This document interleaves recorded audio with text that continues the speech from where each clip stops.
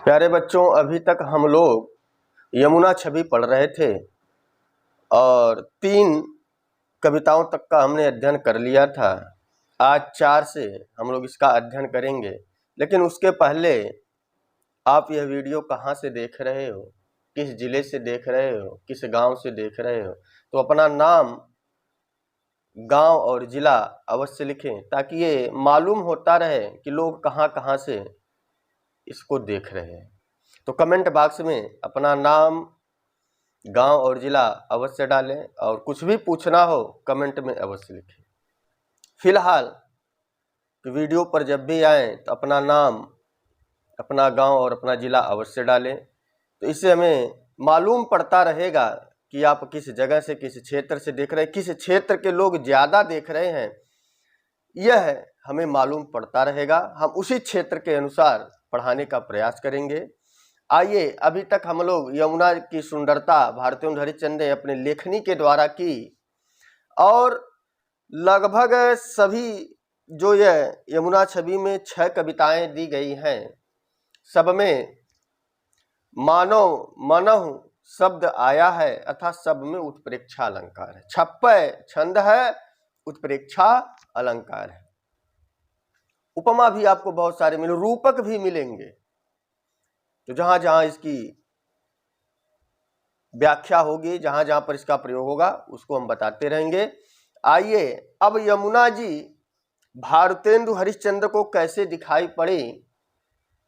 भारतेंदु हरिश्चंद्र बता रहे हैं कि उस यमुना के जल में कि कबहु होत सत चंद, अर्थात वह यमुना जी की लहर जब उठती है, जब यमुना की लहरें चलती हैं या उस बहते हुए जल में कभी सैकड़ों चंद्रमा दिखाई पड़ते हैं और कबहु प्रगट दूरी भाजत, कभी कभी ऐसा होता है कि जो वह प्रगट हुए थे, जो चंद्रमा भी लहरों में सैकड़ों रूप में दिखाई पड़ रहे थे, एकाएक वो छिप जाते थे कि उस यमुना के जल में सैकड़ों चंद्रमा के प्रतिबिंब बन रहे हैं, प्रकट हो जा रहे हैं, एकाएक प्रकट हो रहे हैं और एकाएक जब लहरें गिर रही हैं, शांत हो रही हैं, तुरंत वह चंद्रमा का सैकड़ों प्रतिबिंब एकाएक गायब होता जा रहा है।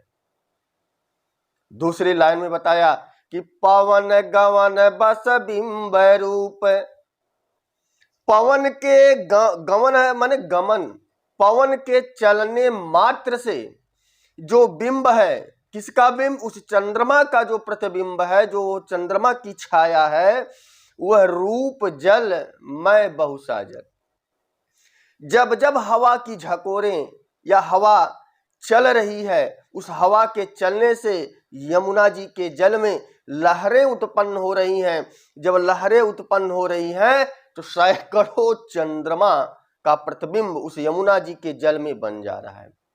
और जब वो लहरें गिर रही हैं, जब हवा हल्की चल रही है, तो एकाएक सारे चंद्रमा, जो लहरों में चंद्रमा का प्रतिबिंब बना है, एकाएक गायब भी होते जा रहे हैं। नीचे इसीलिए बताया कि पवन गवन बस बिंब रूप जल में बहुसाजत, कि पवन के गमन से माने हवाओं के चलने से उस चंद्रमा का जो प्रतिबिंब है जल में बहुत सुशोभित हो रहा है। लहरें चल रही हैं, लहरों के उठने से जो पानी में उठापटक हो रही है, लहरें जो उठापटक कर रही हैं, उन लहरों के ऊपर उठने से चंद्रमा का प्रतिबिंब उस पर बन जा रहा है। और यमुना जी के जल में सैकड़ों लहरें उठ रही हैं, गिर रही हैं, इसीलिए सैकड़ों चंद्रमा के रूप उस यमुना जी के जल में दिखाई पड़ रहे हैं और ऐसा सुंदर दृश्य बहुत ही अच्छा दिखाई पड़ रहा है। यमुना का जल बहुत ही रमणीय दिखाई पड़ रहा है। फिर बोला कि मनुष्य सी भरी अनुराग जमुन जल लोटत डोले, मनु माने मानो, देखो आ गया उत्प्रेक्षा, जनु मनु मनहु मानो आ जाए तो उत्प्रेक्षा अलंकार है कि मनु शशि माने चंद्रमा, भरी माने भर के, अनुराग माने प्रेम, मानो ऐसा लग रहा है कि जैसे चंद्रमा अपने अंदर प्रेम को भर के जमुन जल माने यमुना जी के जल में लोटत डोले, अर्थात यमुना जी के जल में इधर उधर डोल रहा है, लहरों में इधर उधर उछल रहा। यहां पर जल को नहीं बताया कि जल हिल रहा है इसके कारण चंद्रमा हिल रहा है। कवि की कल्पना देखिएगा कि जहां न पहुंचे रवि वहां पहुंचे कवि, जहां सूर्य का प्रकाश नहीं पहुंचता वहां कवि की लेखनी पहुंच जाती है। वही चीज बताया कि मनुष्य सी भरी अनुराग जमुन जल लोटत डोले, अर्थात मानो चंद्रमा, शशि माने चंद्रमा, भरी माने भर के, कहा चंद्रमा अपने अंदर अनुराग माने प्रेम को भर के जमुना के जल में उछल कूद कर रहा है, जमुना के जल में जो है लोट रहा है, इधर उधर हिल रहा है। फिर बोला कै तरंग की डोर ही डोर निकरत कलोल, अथवा ये मानो कि जैसे यमुना का जो तरंग है, यमुना के जल में जो तरंग है छोटे छोटे बने हैं, कवि ने कहा कि उसको डोर मान लो, उसे एक धागा मानकर, एक डोरी मानकर, हिंडोरन माने होता है पालना, करत कलोलय, कलोल माने खेल रहा है। जैसे किसी पालने में बच्चा खेलता है, आपने पालना देखा होगा, और उसे एक डोरी से माँ हिलाती रहती है, पालना को पकड़ कर नहीं हिलाती, पालना में डोरी लगा रहता है और दूर बैठकर माँ काम भी करती रहती है और पालने को धीरे धीरे धीरे इस तरह से खींचती रहती है और पालने में सोया हुआ बच्चा खेलता रहता है। उसी तरह इस तरंग रूपी डोर में वह हिंडोरनी माने वह चंद्रमा जो है क्या कर रहा है, उस यमुना जी के जल में खेल रहा है। यमुना का जो जल है उसको पालना बनाया और उसमें जो तरंग है उसको डोर बनाया और उस यमुना के जल में जो चंद्रमा का प्रतिबिंब बन रहा है उस चंद्रमा को एक छोटा बच्चा बनाया कि वह चंद्रमा एक जैसे छोटा बच्चा हाथ पैर फेंकता है, पटकता है, उसी तरह वह चंद्रमा भी उस यमुना के जल में तरंग रूपी डोर के कारण ऐसा महसूस हो रहा है, ऐसा दिखाई पड़ रहा है जैसे पालने में कोई बच्चा खेल रहा हो और वह पालना इधर उधर हिल रहा हो। उसी तरह चंद्रमा भी उस यमुना के जल में इधर उधर हिलते हुए दिखाई पड़ रहा है। फिर भारतेंदु हरिश्चंद्र ने बताया कि कै बाल गुड़ी नभ में उड़ी सोहत तयुत धावती, बाल गुड़ी माने होता है पतंग। जैसे कै माने अथवा, के है कै है, कै माने अथवा ये मानो कि जैसे पतंग, नभ माने आकाश, बालगुड़ी माने पतंग, नभ माने आकाश में, उड़ी माने उड़ रहा। जैसे आकाश में पतंग उड़ता है, कभी इधर जाएगा, कभी ऊपर जाएगा, कभी नीचे जाएगा, वैसे ही यह चंद्रमा भी, जो चंद्रमा का प्रतिबिंब यमुना के जल में पड़ रहा है, वह कभी ऊपर उठ रहा है, कभी नीचे गिर रहा है, कभी आगे जा रहा है, कभी पीछे बन रहा है। ऐसा ही दृश्य है जैसे आसमान में पतंग का दृश्य बनता है। जैसे आसमान में पतंग उड़ता हुआ दिखाई पड़ता है, कभी वह ऊपर जाता है, कभी नीचे जाता है, कभी दाएं जाता है, कभी बाएं जाता है, उसी तरह यह यमुना के जल में जो प्रतिबिंब चंद्रमा का बना है वह मानो उस पतंग के समान है। अर्थात जल में जब लहरें आ रही हैं तो चंद्रमा थोड़ा सा ऊपर उठ जा रहा है, जब लहरें नीचे गिर रही हैं तो चंद्रमा का प्रतिबिंब थोड़ा सा नीचे चला जा रहा है, और लहरें एक के बाद लहरें चल रही है तो ऐसा मालूम हो रहा है कि कभी जो है चंद्रमा, कभी जो है वह चंद्रमा अपने लहरों के कारण आगे बढ़ता हुआ दिखाई पड़ रहा है। इसलिए इत उति धावत, जैसे आकाश में पतंग इधर उधर उड़ता हुआ दिखाई पड़ता है, उसी तरह यमुना जी के जल में वह चंद्रमा इधर उधर घूमता हुआ टहलता हुआ दिखाई पड़ रहा है। फिर बोला कै अवगाहत डोलत कौ ब्रज रमणी जल आवती, ब्रज रमणी माने कोई व्रज की स्त्री जल में आवती, अवगाहत माने स्नान करती है। ऐसा लगता है कि जैसे अवगाहत डोलत माने स्नान करती हुई स्त्री जैसे यमुना जी के जल में आ रही हो, ऐसा उस चंद्रमा का प्रतिबिंब दिखाई पड़ रहा है कि जैसे कोई व्रजरमणी इस यमुना जी के जल में स्नान करती हुई सी दिखाई पड़ रही है या आ रही है। तो अर्थ क्लियर हो गया। जो चीजें न समझ में आए कमेंट बॉक्स में लिखिएगा। अब यमुना जी का जल कैसा दिखाई पड़ रहा है एक कवि के नजर में, उसकी सुंदरता क्या है कि मनुजुग पक्ष प्रत्यक्ष होत मिट जात जमुन जल। मन माने मानो, हमने कहा ना पूरे छप्पे में इस यमुना छवि में सब उत्प्रेक्षा है। मानो जुग माने दोनों, युग है जुग, मानो दोनों पक्ष माने पक्ष ही होता है, प्रत्यक्ष माने सामने।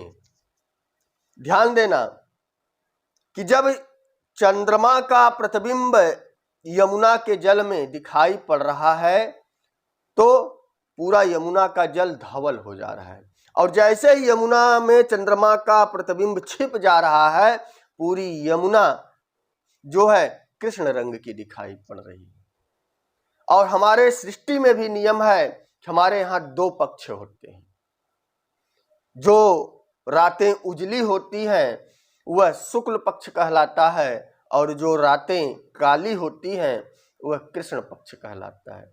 कवि का भाव देखिएगा कि यहाँ वह बताया कि मानो जब चंद्रमा का प्रतिबिंब जब इस यमुना के जल में सैकड़ों रूप में बनता है, सैकड़ों चंद्रमा का प्रतिबिंब इस यमुना के जल में प्रकट होता है, तो मानो ऐसा लगता है कि शुक्ल पक्ष आ गया हो। और जैसे ही चंद्रमा का प्रतिबिंब इस जल से हटता है, दूर भाग जाता है, छिप जाता है, तो मानो उसी समय लगता है कि जैसे कृष्ण पक्ष आ गया। मनुजुग पक्ष, मानो जैसे दो पक्ष प्रत्यक्ष हमें इस यमुना के जल में दिखाई पड़ रहे हैं। होत कभी शुक्ल पक्ष हो जा रहा है, और मिट कभी जो है जब चंद्रमा का प्रतिबिंब छिप जा रहा है तो कृष्ण पक्ष हो जा रहा है। ऐसा जमुना का जल हमें दिखाई पड़ रहा है। फिर भारतेंदु हरिश्चंद्र ने बताया कि कै तारा गण ठगन लुकत प्रगटत शशि अविकल।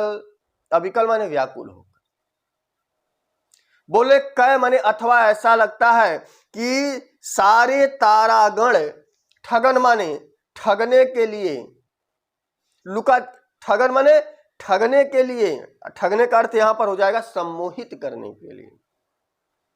सारे तारागण जो है, ऐसा प्रतीत हो रहा है यमुना के जल को देखकर कि जो उसमें तारों की प्रतिबिंब बन रही है वह हमको सम्मोहित करने के लिए। और आगे लिखा है लुकत प्रगटत शशि, और यह चंद्रमा कभी लुकत माने छिप जा रहा है, प्रगटत कभी दिखाई पड़ रहा है। ऐसा मालूम पड़ रहा है कि सारे तारागण और चंद्रमा हमको सम्मोहित करने के लिए, हमारा ध्यान आकर्षित करने के लिए वह यमुना जी के जल में कभी छिप जा रहे हैं और कभी दिखाई पड़ रहे हैं। अर्थात सारे तारागण और चंद्रमा हमसे लुका छिपी का खेल खेल रहे हैं। और फिर कवि ने आगे की लाइन में बताया कै कालिंदे, कालिंदी माने यमुना, पर्यायवाची है। कै कालिंदे नीर तरंग जितो उपजावत है। अर्थात उस यमुना के नीर माने जल में जितने भी तरंग हैं, जितने भी लहरें उठ रही हैं, वह जितो उपजावत हमारे हृदय में एक उत्साह उत्पन्न कर रही है। तितनो ही धरि रूप मिलन हित तासो धावत। जितनी लहरें उठ रही हैं वह सारी लहरों में एक उत्साह उत्पन्न हो रहा है, उतने ही रूप धर के। लिखा है तितनो माने उतने ही धरि रूप, उतने ही रूप को धारण करके मिलन हित तासो धावत, ऐसा लगता है कि वह अपने उस श्री कृष्ण से मिलने के लिए ये चंद्रमा रूपी नायिका इस जल में दौड़ लगा रही है। लहरें अगर इस तरह से हैं, चंद्रमा का प्रतिबिंब बन रहा है, तो चंद्रमा का प्रतिबिंब भी दौड़ता हुआ ही दिखाई पड़ रहा है। ऐसा लग रहा है जैसे वह चंद्रमा रूपी नायिका अपने प्रियतम से मिलने के लिए उस पानी में दौड़ लगा रही है। बात ब्रज और श्री कृष्ण की है, इसीलिए चंद्रमा रूपी कोई गोपी या राधा अपने कृष्ण से मिलने के लिए इस पानी में दौड़ लगा रही है। कै कालिंदे नीर तरंग जितोपजावत, अर्थात इस यमुना के जल में जितने भी तरंग उत्पन्न हो रहे हैं ना, वो हमारे अंदर उत्साह उत्पन्न कर रहे हैं। कभी की कल्पना देखिएगा कि जितनी लहरें उठ रही हैं, हर लहरों में एक अलग उत्साह है, और जितने रूप धारण यह चंद्रमा का प्रतिबिंब कर रहा है, ऐसा प्रतीत होता है कि हर रूप उस श्री कृष्ण को पाने के लिए इस यमुना के जल में अटखेलियां कर रहा है। अगली लाइन में आइएगा कि कै बहुत रजत चकई चलत कै फुहार जल उछरत। चकई माने चकवा, ध्यान दीजिएगा, रजत, कै बहुत रजत चकई चलत, जब माने पानी माने यमुना के जल में जो लहरें ऊपर उठ रही हैं, जो लहरों का फुहार उठ रहा है, तो एक पानी पर तैरने वाला पक्षी है, उसका नाम है चकई। अर्थात बोल लीजिए उसे वन मुर्गी भी हम लोग बोलते हैं, या जल मुर्गी भी बोलते हैं। अर्थात वह जल मुर्गी पानी के ऊपर तैरता है, पानी में डुबकी भी लगाएगा, लेकिन वह डूबेगा नहीं, उसके पंख नहीं भीगेंगे। वही बोला कै बहुत रजत चकई चलत कै फुहार जल उछरत, अर्थात वह चकई भी उस तरंग रूपी लहरों के ऊपर बैठकर जैसे ही फुहार पड़ती है वह तुरंत उड़ जाता है, जैसे ही फुहार शांत होती है फिर आकर जल पर बैठ जाता है। ऐसा सुंदर मनोहर दृश्य कवि को दिखाई पड़ रहा है। और फिर बोला कै माने अथवा यह जानो कि निष्पति मल्लयने कविधे, निष्पति माने भी होता है चंद्रमा, मल्ल माने पहलवान, निष्पति माने वह चंद्रमा ऐसा दिखाई पड़ रहा है, एक पहलवान के रूप में दिखाई पड़ रहा है कि मानो वह अनेक प्रकार से उठी बैठक अर्थात दंड बैठक कसरत कर रहा है, ऐसा दिखाई पड़ा है। चंद्रमा उस यमुना के जल में उठक बैठक कर रहा है, अर्थात कसरत कर रहा है, ऐसा दृश्य उस कवि को दिखाई पड़ता है। तो कहीं कोई समस्या हो कमेंट में लिखिएगा कि और उस भारतेंदु हरिश्चंद्र जी को यमुना कैसे दिखाई पड़ी, क्योंकि यमुना के किनारे जहां श्री कृष्ण हमेशा आते जाते रहते थे, वहां का दृश्य ही इतना सुंदर था। और फिर बताया कि कूजत कहूं कलहंस, कहीं पर कलहंस माने राजहंस समझ लीजिए, कहीं यमुना जी के किनारे या यमुना जी के उस तट पर या यमुना के उस क्षेत्र में जहां से कवि यमुना का सुंदर दृश्य देख रहा है, उसी दृश्य में कहीं जो है राजहंस कूंजत बोल रहे हैं, चहचहा रहे हैं। और कहूं मज्जत पारावत, मज्जत माने स्नान और पारावत माने कबूतर, और कहीं उसी जल में कबूतर स्नान कर रहे हैं। किस जल में? उस यमुना जी के जल में। सुंदरता देखिएगा, कवि अभी प्राकृतिक सुंदरता की अब जीव जंतुओं के द्वारा बता रहा है कि वह यमुना क्यों सुंदर दिखाई पड़ रही है, आखिर यमुना की छवि इतनी आकर्षित क्यों है। बोले कि उसी यमुना जी के जल के किनारों पर कहीं राजहंस कलरव कर रहे हैं, कहीं पर मज्जत माने स्नान कर रहे हैं, पारावत माने कबूतर, कहीं पर कबूतर जो है उस यमुना जी के जल में स्नान कर रहे हैं। कहु कारंडव उड़त, कहूँ जल को कोट धावत। और कहीं पर कारंडव माने हंस, कहीं पर जो है उस यमुना जी के जल के ऊपर हंस उड़ रहे हैं, कहीं पर जल कुक्कुट जल मुर्गी उस यमुना जी के जल के ऊपर दौड़ रही है। और चक्रवाक कहूँ बसत, कहीं चकवा पक्षी निवास कर रहा है। और कहूँ बक ध्यान लगावत, और कहीं उसी यमुना जी के किनारे वकुला ध्यान लगाकर मछली को पकड़ने के लिए बैठा है। सुक पिक जल कहूँ पियत, कहीं पर सुक माने तोता, पिक माने कोयल, कहीं पर तोता और कोयल बैठकर उस यमुना जी के जल को ग्रहण कर रहे हैं। कहूँ भ्रमरावली गावत, और कहीं वृक्षों पर भंवरों का समूह किसी वृक्षों पर गुंजायमान हो रहा है, अर्थात भंवरे गुंजाए रहे हैं, गुंजन कर रहे हैं।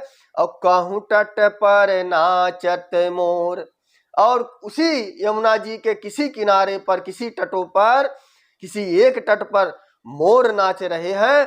बहुरोर विविध पक्षी कर, कवि को जो पक्षी दिखाई पड़ी, उन्हें जो नाम याद आया उनके बारे में बताया, फिर बोला विविध पक्षी। और भी सैकड़ों पक्षी थे जो उस तट पर शोर कर रहे थे, कलरव कर रहे थे। और बताया कि जन पान नहान करी, अर्थात वह जो पक्षी थे वह कुछ पक्षियां जल का पान कर रही थीं और कुछ उस यमुना जी के जल में कुछ पक्षियां नहा रही थीं। ऐसे सुख को, अर्थात उस यमुना जी के जल का पान करके और उस यमुना जी के जल में स्नान करके पूरा आनंदित हो रही थी, करि सुख भरे। और तट शोभा सब जिय धरत, और उस यमुना जी के सुंदर तट की शोभा को अपने हृदय में धारण कर रही थी, अपने हृदय में समा रही थी। बोला कूजत कहूँ कलहंस, कहीं पर जो है राजहंस कूज रहे हैं, कलरव कर रहे हैं, कहीं पर कबूतर स्नान कर रहे हैं, कहीं हंस उड़ रहे हैं, कहीं पर जलमुर्गी दौड़ रही है यमुना जी के जल में, कहीं चक्रवाक कहूँ चकवा पक्षी जो है इधर उधर उस यमुना जी के किनारे बैठा है, कहीं पर बकुला उस यमुना जी के जल में ध्यान लगाया हुआ है, माने मछली पकड़ने के लिए एकदम तैयार बैठा है। कहीं सुक माने तोता, पिक माने कोयल जो है, तोता और कोयल ये जल पी रहे हैं। कहीं भंवरों का समूह गुंजायमान हो रहा है, भंवरे गुंजन कर रहे हैं वृक्षों पर, कहीं किसी तट के किनारों पर मोर नाच रहे हैं। इसी तरह से हजारों प्रकार की पक्षियां वहां पर बहुत शोर कर रही हैं। और ऐसा मालूम पड़ता है कि कुछ जो है पक्षियां जलपान कर रही हैं, कुछ पक्षियां स्नान कर रही हैं। ऐसा लगता है जैसे सुख खुद को आनंदित करने के लिए पूरा उस यमुना जी के जल के किनारे विभिन्न प्रकार की क्रीड़ाएं वह पक्षियां कर रही हैं, अर्थात उस यमुना जी की सुंदरता को अपने हृदय में धारण कर रही हैं। तो यह आज यमुना छवि आपकी समाप्त हो गई, और अगले वीडियो में फिर हम किसी नए टॉपिक के साथ मिलेंगे। अच्छा लगा हो तो कमेंट और शेयर अवश्य कीजिए। तो बस आज के लिए इतना ही। नमः संस्कृताय, शुभ संध्या, शुभ रात्रि।